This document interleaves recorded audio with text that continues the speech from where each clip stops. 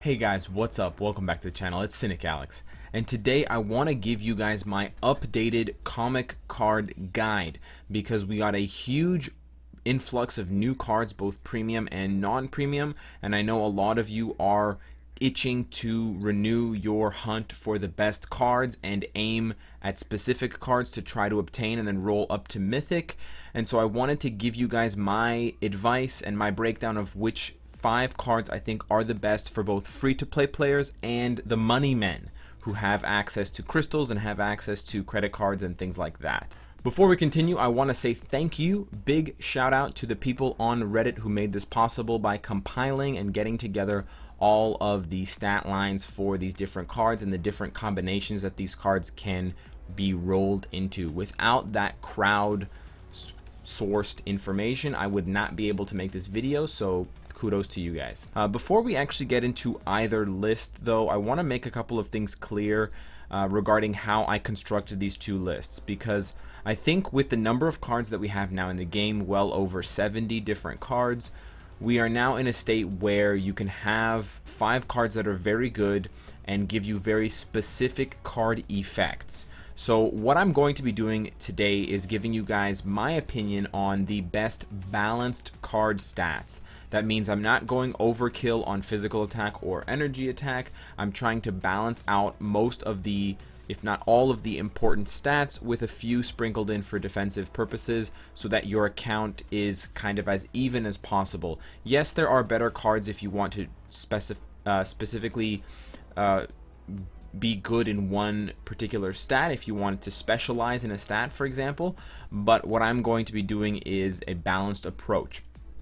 In addition to a balanced approach, I wanted to make sure that I left the Loki card in as part of the 5 cards for the free-to-play players, because I know that it's the most highly recommended card. So chances are, if you've been playing this game for at least a month and you're watching this video, you already have this card. So congratulations, if you're free to play even, you already have 20% of the cards you need for your top 5 cards. Unfortunately, I wasn't able to fit it into the money men side of cards, unfortunately, but we'll get to that in a moment. The last thing I wanted to talk about is that, or wanted to mention about this list, is that I put less emphasis on attack speed overall, because I've had about 20% attack speed for a while. I've recently dropped down to about 16%, as you can see, and I think I could even drop down more to about 11 or 10%.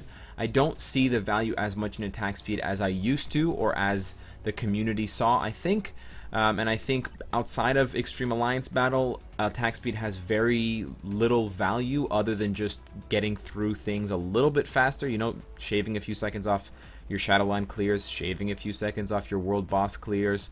But it's less important than things like crit damage and crit rate, and even things like max HP if you really want to perform well in Conquest. In addition, I find that having less attack speed on your cards allows you to better justify having Power of Angry Hulk as your ISO 8 set, and that puts a lot less pressure on you to roll things like Overdrive for every single offensive character.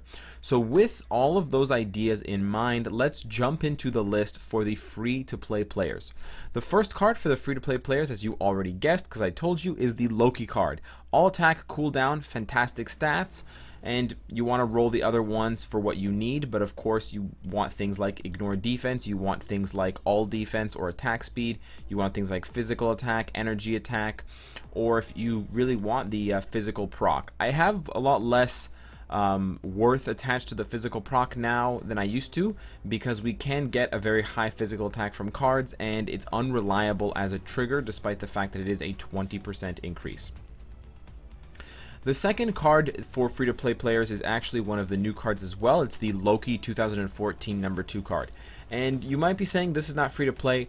Well, all you need to do is get Thor's uniform up to Mythic, which you can absolutely do as a free-to-play player. It's not a difficult task at all.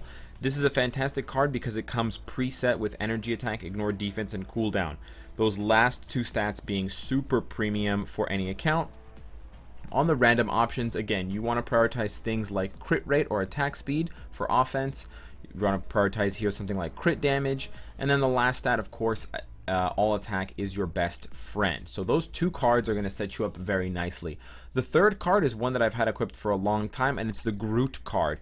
Originally, I had chosen the Star-Lord card for this list, but I found that I had too much crit rate and not enough crit damage, so I went with this card. Crit damage, ignore defense are fantastic, and then you want something like this on your last 4 stats. You can switch crit rate for energy attack, but then you want cooldown, all defense, and all attack. This is probably going to be one of the harder cards to roll perfectly, so if you don't want to use this one and you want to sub it out for a different one, I can understand. The fourth card I don't have, but I can go and find from someone else in the game. Shout out to UX Brian for having this card in his 5, and it is the Avengers Origin Thor 2011. It's this middle card here where Thor looks like he's coming out of an Andy Warhol painting. And this card is great because it has energy attack and ignore defense as the primary stats, and then you can roll it with things like all attack, crit damage, all defense, crit rate, stuff like that. So it's a very, very powerful offensive card, and it doesn't waste any stats with things like energy defense, all defense, things like that. The last card is one that I don't have at 6 stars yet, but I do have in my collection, I believe, and it is the Punisher. Oh, I don't have it. Oh dear. The last card for the free-to-play players I don't have in my collection yet, but it's this one here, the Punisher 2014 number 60. And this card is very good because it starts off with physical attack and max HP, and you can build it further with purely offensive stats, and it provides you a lot of balance to your overall set. So this set of 5 cards, Loki, Groot, Avengers, Thor, and Punisher, will give you a total of 33% all attack, 14% physical attack, 35% energy attack, 25% skill cooldown, 32% ignore defense, 20% crit damage, 11% crit rate, 11% attack speed, 9% max defense, max HP, and 11% all defense. So very, very balanced. A little bit higher on energy attack than physical attack, but that is kind of skewing towards the fact that most good characters are energy based and not physical based. But overall, I think those are the best cards, and they're all obtainable through things like Shadowland card chests, or things like the Alliance card chest, and any card chests that we may get from things like events or Battle World and things like that, or from the card shop, of course, if you have excess crystals that you want to use. I believe that the Loki and Groot cards are the only ones that you can get from Dimension Rifts, and then the other 3 are going to have to come from actual card chest pulls. That is it for the free-to-play players cards. As far as the Money Men cards, I had some difficulty coming up with a top 5 list, but I think we have to start with the Baby Chubby Spidey card. Fantastic card. All attack, ignore defense as the 2 primary stats is primo, and then attack speed is okay, although I don't like it that much. Again, you want to go for something offensive like crit rate, but all defense is okay. Energy attack is best. Cooldown is awesome. And then you want something like max HP or dodge or crit damage. The second card would be, again, that Loki 2004 card that we get from maxing out Thor's uniform for the same reasons as the free-to-play guys. This card is fantastic. The third card I actually think is the Guardians of the Galaxy best story ever. Although I don't like the attack speed, the max HP and the all attack are fantastic. And this card is good because you can make it flexible. If you want more attack stats, you can just roll energy attack and physical attack. If you want more tech stats, you can roll for something like cooldown. You can roll for ignore defense. So it provides a lot of flexibility, and it's an overall great card with balancing both PvE value and PvP value. The last 2 cards I don't have, but I will go to the first one that I have found for someone in the game, and this was shout out to UX Caldrogo for having this card equipped, and it is the newest controversy card, Uncanny Avengers 2015 number 14. This is Cable attacking a shadow that looks like Steve Rogers. All attack, cooldown, ignore defense as the primary stats. Insane card. Better than the Korean card of the same stat line. And then you can roll things like physical attack and energy attack. So this is just a monster attack card. Insane value, but of course, gotta drop them crystals. The last card I haven't been able to find on anyone's account, so I'm just going to show you an image of it. And it is the Black Widow 2016 number 10, and this card is kind of curious because of the stat line with the max HP and the cooldown, but overall it helps the most to anchor this card set and balance out everything for your account. So overall, this set of 5 cards that I've chosen, if you get them all at a reasonable rate, if you roll them to about 4 quality, if higher the stats will be higher, but at least at quality 4, you're looking at 38% all attack, 23% physical attack, 32% energy attack, 23% skill cooldown, 29% ignore defense, 11% crit rate, 12% crit damage, 16% attack speed, and 18% max HP.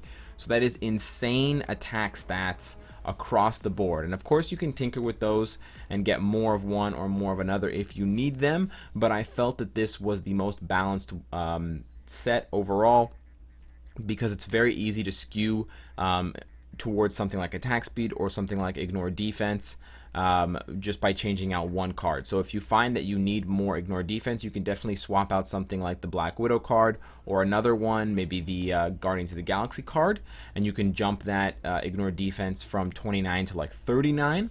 You know, for example, someone like me, I have almost 36%, but I felt that 29% was a reasonable thing to aim for. I think between 30 and 35% is ideal. Any more than that, and you're going to start to go over, especially if you have characters with uniforms and ISO 8 sets, because we know that both of the most popular sets give you ignore defense.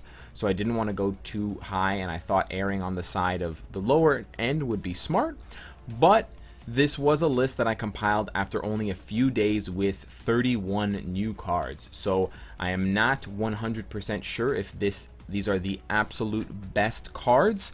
I think these are very reasonable to aim for if you want a very balanced set of card effects. However, if you want to go all out in terms of attack, or if you want to go all out in terms of other stats like skill cooldown and ignore defense and stuff like that, you may be looking at another set of 5 cards. But let me know what you think in the comments below. Let me know if you've seen any of these cards in your crystal purchases, or that friends have if you checking out their card stats, and what you think of my list and my overall stat count. And thank you once again to the people who made this all possible on Reddit by compiling all of these stats for all of these new cards. Subscribe if you're having a good time, and of course, if you like what you see, I hope to see you again tomorrow. Take care.